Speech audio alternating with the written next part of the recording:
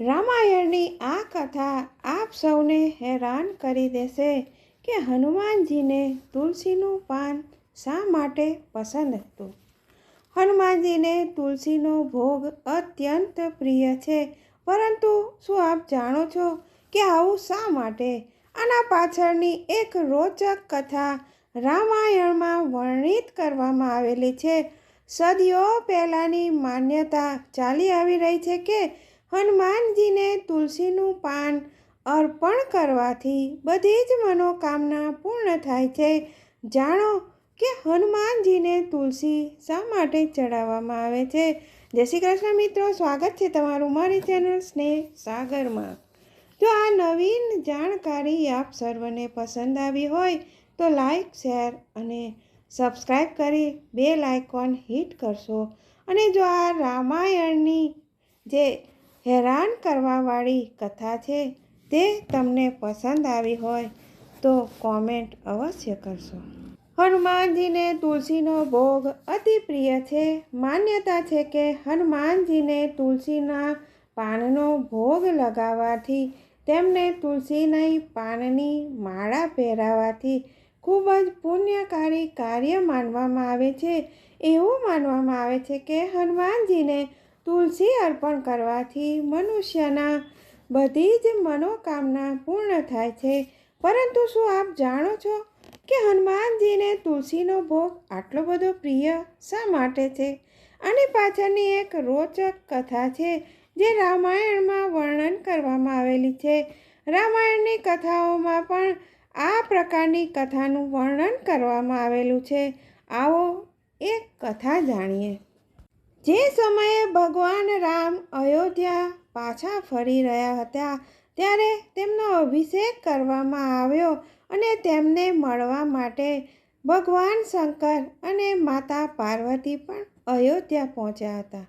માતા સીતા તેમના માટે ભોજન બનાવ્યું અને તેમને ખૂબ જ આદર સત્કાર કરીને તેમને ભોજન પીરસ્યું. ભગવાન શંકરને રામ ભક્ત હનુમાનજી કોઈ જગ્યાએ જોવામાં ન આવ્યા ત્યારે તેમણે સવાલ કર્યો કે હનુમાનજી ક્યાં છે? માતા સીતાએ બતાવ્યું કે હનુમાનજી બાગમાં આરામ કરે છે. જ્યારે ભગવાન શંકર હનુમાનજીને મળવા માટે તે બગીચામાં પહોંચે છે તો તેનો નજારો, તેનું વાતાવરણ જોઈને એટલું બધું અદ્ભુત હતું કે તેઓ એકદમ પ્રસન્ન થઈ ગયા. હનુમાનજી સૂતી વખતે જ્યારે શ્વાસ લઈ રહ્યા હતા ત્યારે તે શ્વાસમાં પણ રામ નામની ધ્વનિ ચારે બાજુ ફેલાયેલી હતી.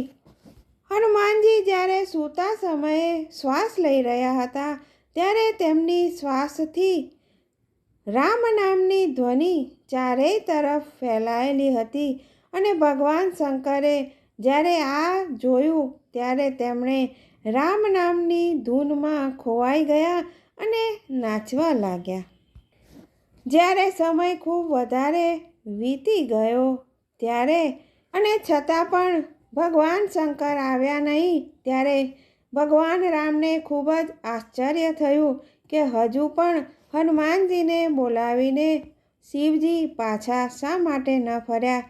તેના બાદ ભગવાન રામ હનુમાનજીને બોલાવવા માટે સ્વયં ત્યાં જાય છે અને તેઓ પણ આ દ્રશ્ય જોઈને ખૂબ જ અચંબિત થઈ જાય છે અને હનુમાનજીને ઉઠાવવાની કોશિશ કરે છે.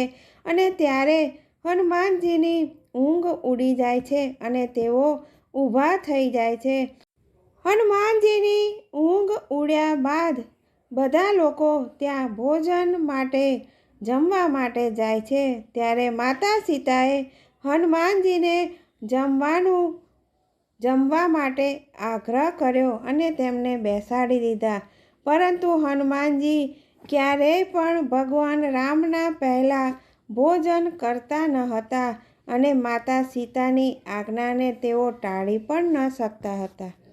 હનુમાનજીએ જેવું ખાવાનું શરૂ કર્યું અને તેઓ ખાતા ગયા અને તેમનું પેટ ભરાતું જ ન હતું.